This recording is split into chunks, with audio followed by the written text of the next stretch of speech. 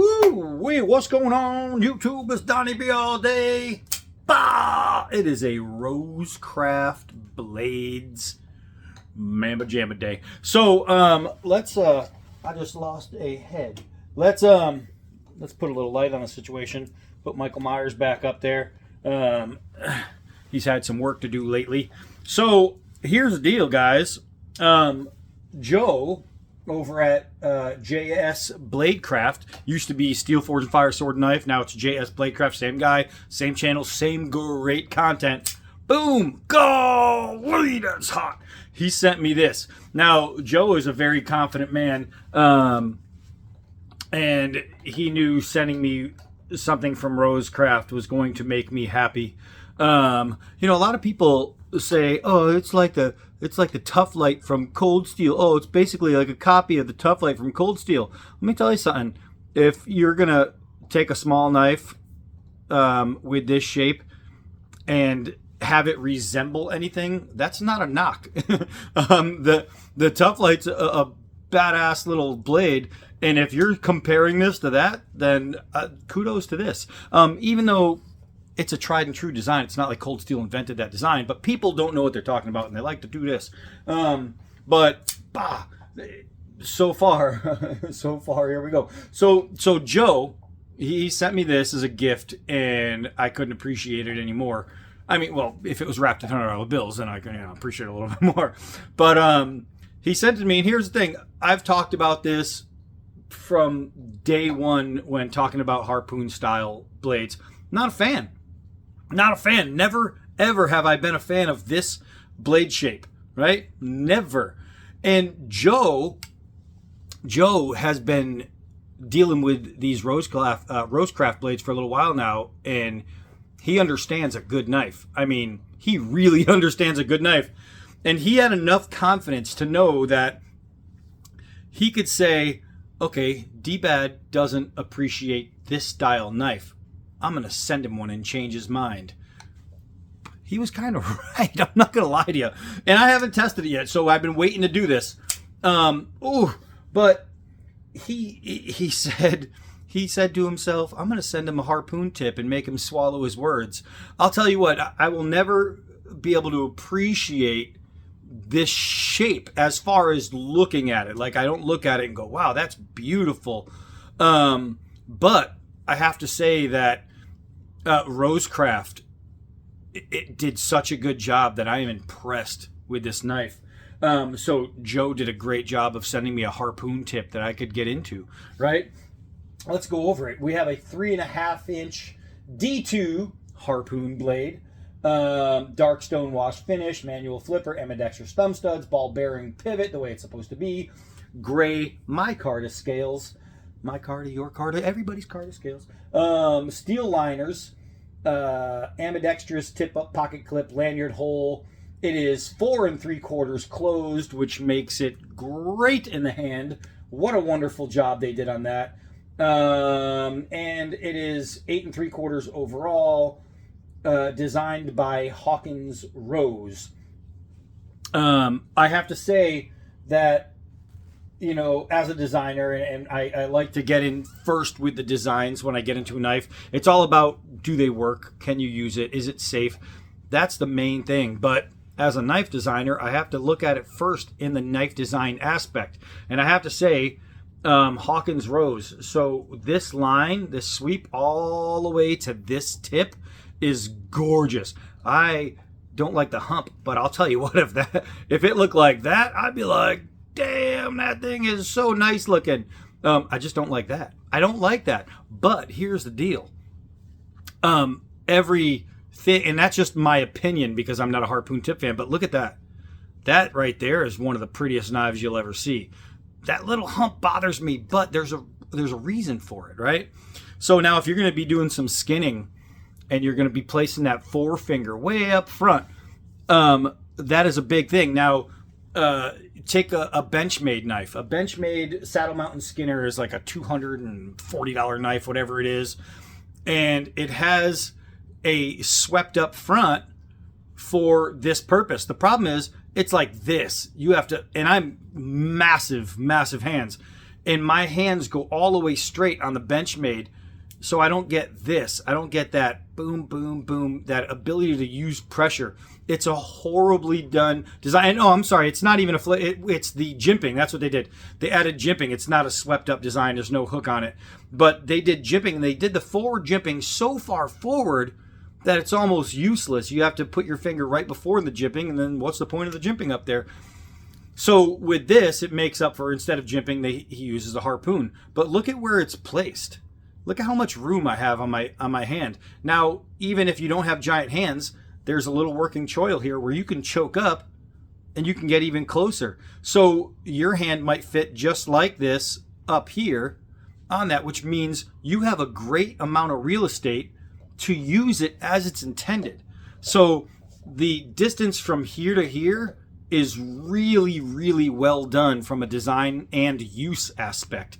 The designer thought enough in his head to start the sweep here and not too far back and not too far forward, but here to make it appropriate for your finger to rest on. I think that's a pretty good deal. He used micarta instead of G10, which you see on most knives. I prefer the micarta, just better for overall grip, better for when it gets wet, better for just the micarta. And micarta has that raw, nasty sex appeal in a knife that's just really, really good. So as far as the design aspect, I think it's a really beautiful design for me, minus that, but that has a purpose. So I can totally go with that. So here's the deal though. What really got me, you do have thumb studs, so you can open up that way, but I did a short today and I snapped that open, and I thought to myself when I snapped it open, because I don't rehearse what I'm saying, I just open my mouth and words fall out. And I made a mention that this thing snaps open faster than a mother on report card day. And I meant it. Man, the build quality of this knife is superior. And here's the deal. I was talking about the Benchmade, and the reason I brought that up is because it was $240. It's a fixed blade. It's a skinner, which you can use this as a folding skinner, right? And this is $33.99 on Rosecraft Blades website. I'm going to put the link down because this is insane. This build quality is $33.99.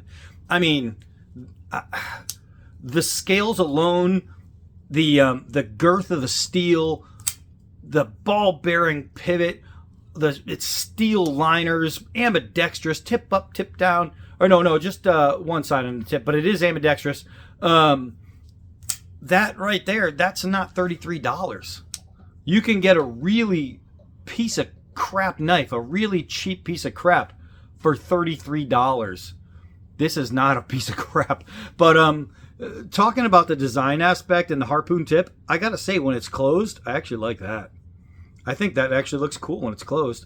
So, okay, closed, I like that. I like the harpoon tip. But that right there will never get old to me. This thing has been in my pocket for 2 days, just carrying, and I brought with me a secondary knife. I had a second knife with me because I didn't want to use this because I need to test the edge brand new. And it's been killing me not to use it because it's really freaking comfortable in my hand. All right, so is it sharp? I don't know if I have any hair left. Let's find out. Yes, I do. Is it sharp? Can it shave hair? All that.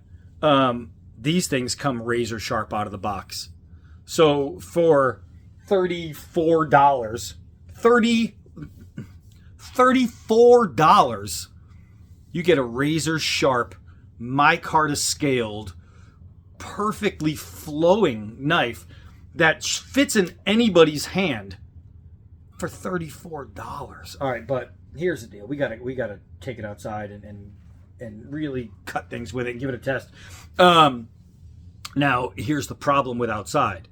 It is freaking freezing, so I'm stalling. I don't want to be out there too long. Yesterday was, I think, 4 degrees. Today, I think, is 17. Or 16, something like that. And I just got out of the gym, so I'm wearing shorts. But I never threatened you guys with my intelligence, so we're gonna go out there and just do this. Let me get the dogs. It's a real kick in the pants when the sun is shining and it's freezing out. I hate that. So here we go. It is beautiful in the sun. The texturing, the coloring, all that jazz. And man, I have to say, I'm blown away with how well it's built. There's the initials of the designer right there. But this micarta, man, this micarta feels so damn good. So let's take it over to the stump and get some of the basics done. And we're going to see how well this thing carves up. And the real test, because it's more of a skinning blade, it's more of a skinning EDC, in my opinion, because why would you put a harpoon tip if you didn't expect the harpoon tip to be used? So I would have to guess that it's not just an EDC, but it's a purpose-built EDC. And that's in my mind. As a knife designer, I would say you don't put a harpoon tip on something that you don't plan on doing this with, right? So nobody just does that for looks, I would guess. Let's do some drops. We'll see how the gravity is gonna bite with. It is swedged too, that harpoon tip. I hit the edge. That was my fault.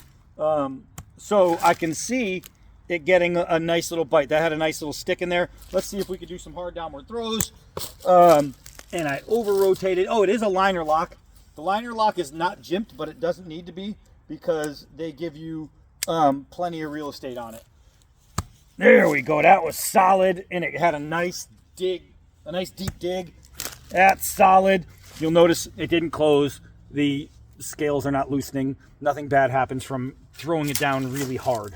Let's try a 1/2-inch nylon rope, and we'll just try a push cut, and that's pretty good. I not only cut the rope, but I dug this thing really deep into the wood. That's good. Here's something that I don't usually try with a lot of flippers, because you can't generate enough power to get all the way through an extension cord, but sometimes you get lucky, and we'll see how far we can bite into it at least. Ugh. Let's see, we got through one of the wires. Let's try again. There we go, that was a little better. Oh, all right, not bad for a flipper. Not bad indeed for a flipper right there. Let's see, did we damage the edge on all those little wires? No, the edge is fine. Fine, fine, fine. So I'm running out of belt here. I'm gonna have to buy another one. 4 layers of leather belt and cruises. Cruises. All right, let's do some pulls. Let's do some pulls. Edge geometry. Well, if we're talking edge geometry, we're talking about some happy math, because that there is really nice. That was pretty freaking simple. Pretty simple indeed. We got the tire over here. Let's see if we can get a nice little puncture in the tire. Oh man, that cruised through and cut through. Let's see if there's. We went through actually some of the steel wall there, and woo-wee, we have no issues going on with that one. It's so cold, the dogs are waiting by the door. I usually have to beg them to come in. They're like, "Hey, you done with that knife yet?" All right, so harpoon tip. What is a harpoon tip made for? It's made to do this. What is that made to do? It's made to do this. Oh, there's water in that thing. It just splashed in my face. Look at that. Look at that. Let's use that harpoon tip again and just slice straight through. So if you're talking about a leather soccer ball, it's made from animals. So if you can do that, well, guess what? You can skin. So here is one of my favorite tests. The plastic nylon. This stuff is tough as nails. Let's see. Woo! That went through easy. Came out the other side.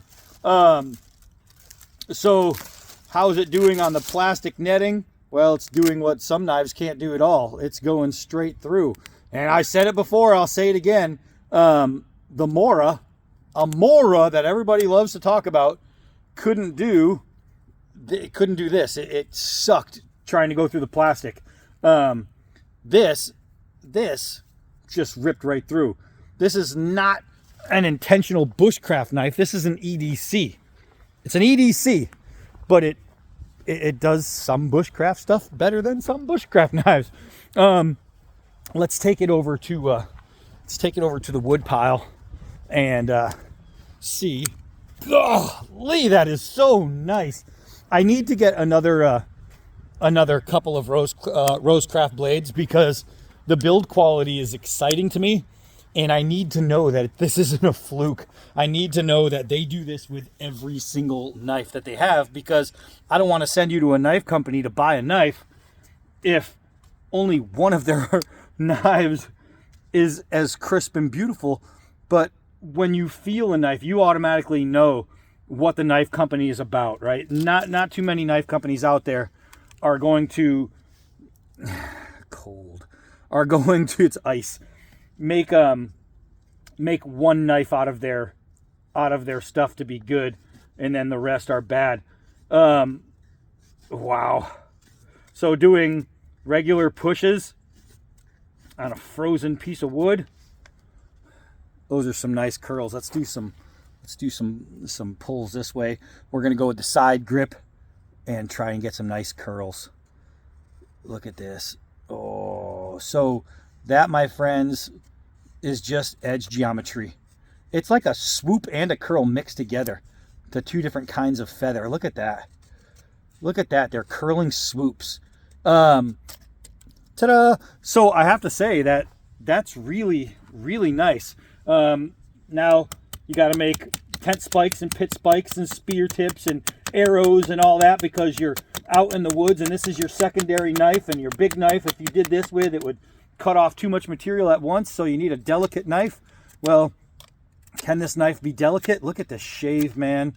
Look at this shave. Are you going to be able to get a tip to help yourself survive in the woods if this is the knife you have on you?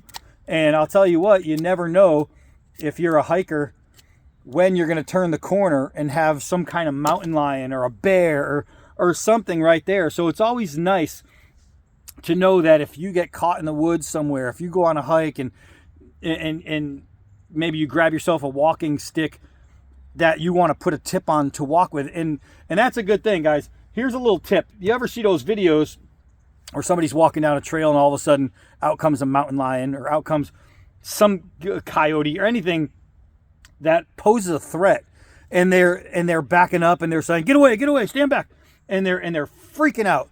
Do you know why they're freaking out? Because they're generally unarmed. And that doesn't mean you have to have an AR-15 rifle, but have something, right? Even this will help you against a wild animal. Remember, somebody took a buck 110 and killed a bear defending their lives, and they lived, right? So anything is something. But here's the thing. If you go out to the woods for a hike, grab yourself a stick for a walking stick. Before you start your walk, take out your knife. If you have this one, it'll work. Take out your knife and start carving yourself a tip on your walking stick. The bottom doesn't need a tip, just the top. That way, if something comes at you, you already have a tipped weapon, a pointy weapon to defend yourself with, which can save your life. So think about it. Don't just grab a stick and go do. Now something comes at you and you have a blunt end to try and defend yourself with. No, sharpen one end first, right? You make a stick tall enough to where you're not grabbing the top of the stick, boop, but you're grabbing right there, and there's a point. Now all of a sudden you need to go, boom, you got a pointy tip. It's a really good tip to have. It's a really good tip to already point your stick, your walking stick, prior to beginning your hike, especially if you are out in the deep, right? Where you don't know what the hell's out there. You just don't. It's a really, really good idea to be prepared, right? So, this is brand new out of the box. This thing snaps like crazy. I love the fact that it's a nice thick stock too. So you have a nice girthy area here. So if you're using for carving, things like that, because you can choke up really good. Now for me, the choil is a little small just because my hands are big. But even with my hand here, it's not to the point where I'm cutting myself. Can I feel this at the ricasso? Absolutely, I can feel that in my hand. And if I did that for a while, right there, I'm gonna end up with a little dot on my finger. But they did such a good job of giving you girth here that you can use this finger well and you can get all of that you need without having to do that. So what can you use this for? Well, you can use that for choiling. You could use it for debarking a thin stick before you start to shave it or feather it. Or you don't need to use it for anything. It's just there. But literally, so literally, I don't need to do this to do this, right? You see how that's working?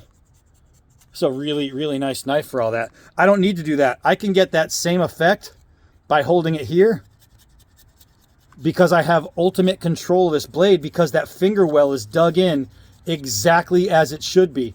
So now you see how perfect. I'm cleaning this bark off, making a perfectly round stick. That helps. Debarking. Look at this. All right. So now you're making arrows and spears and all that. Watch this. Watch this. Look at this. That's inside the choil. That's what that's doing right there. So inside of here, look at this. I am literally smoothing this stick out. And now if I'm using it as a fishing spear or something like that, less resistance, less drag. If you've ever had to use spears or things like that, you know, or if you're making arrows, you want it really smooth and really clean. So you can absolutely use it for that and you will be a very, very happy person. But just opening that up like that and using that ricasso, spin the stick as you go. And not only that, but you're getting all of that you'd be able to sweep into a pile. And guess what that is? That right there is tinder. That's how you start a fire.